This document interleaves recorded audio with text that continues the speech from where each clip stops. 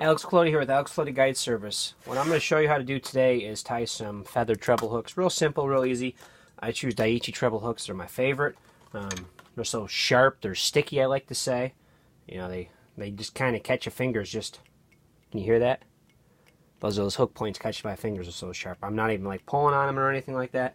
So, this is a way to save some money. You buy your hooks in bulk, buy some treble hooks.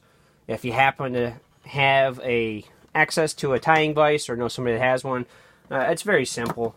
A lot of people use what is called fly head cement. I don't like that. It's too messy. It doesn't really do the job the way I want it done. I actually use super glue to solidify my knots, and my line has slipped through my bobbin here, so bear with me for 2 seconds while I rethread this. I gotta get some fishing line here. And if you're wondering what kind of line is in my hand, this happens to be Vicious Mono. I believe this is 17-pound test. This is what I use actually for crankbaits. So it is a good line selection for what I'm tying these treble hooks for. So this will take 2 seconds. Fortunately, my fingers don't want to work here. Come on, fingers.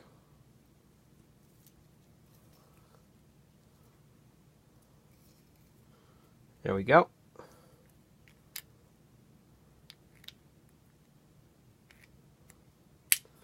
Alright. Line, tying thread, doesn't really matter what color. Black. I have chartreuse, I have pink, I have orange. You know, a variety of different colors. So I put a dab of super glue on the shaft of the hook just to get it started, get something to get the thread stuck to. Put a couple wraps on there. Nothing too crazy. Cut my tag end off. So what we're gonna, this one I'm gonna tie a couple of chartreuse feathers with some chartreuse flash, mylar flash here. So I like to put one on either side of the treble hook.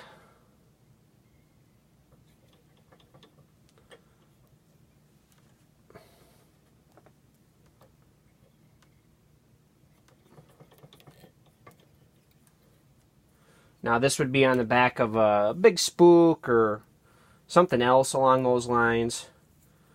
Trim this up a little bit. Get a nice clean end there. You know, I'll measure it out. I kind of want this part to cover the treble hooks. So I got about an inch, inch and a quarter there. Tie a little on this side.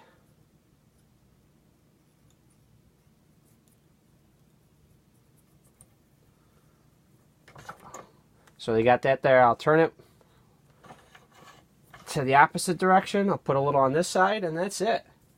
Very simple, easy way of adding some flash to your treble hooks. Measure that up.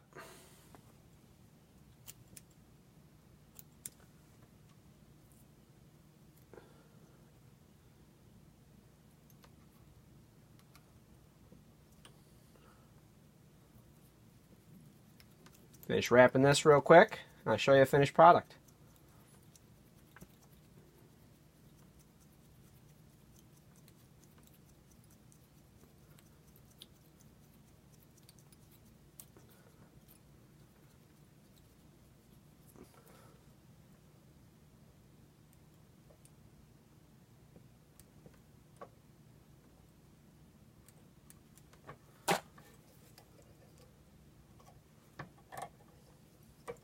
Couple of half hitches here just to secure it.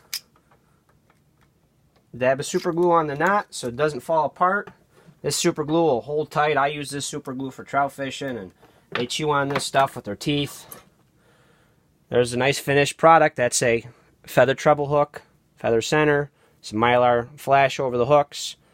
Can't go wrong with that. Put that on a nice spook, top water pop or something like that. Add a little flash to it. And with it being ice fishing season, you can even put this on a jigging spoon, a blade bait, you know, make smaller versions of it. If I'm running a jigging spoon for ice fishing, I'll probably tie them on a size 8 hook. This happens to be a size 4. I'll tie them on size 1s, size 2s, depending on the size of the crankbait. I'll match the hook to the crankbait. That's pretty simple. That's your feather treble hook. Saves a few bucks. I think a 3-pack of these tied is like $6. You know, if you have the accessibility to this type of equipment, feathers, synthetic materials, you can tie them real cheap, make a variety of colors for a very, very limited price. And, you know, you end up tying them good. You can make them for your buddies and sell a few. But, again, feather treble hook, Daiichi trebles, can't go wrong. Great combination. I'll make a few more of these for the season, so I have them for my top waters, and I even add them to a couple of crankbaits. But, again, Alex Cody Guide Service. Look me up on Facebook. Thank you.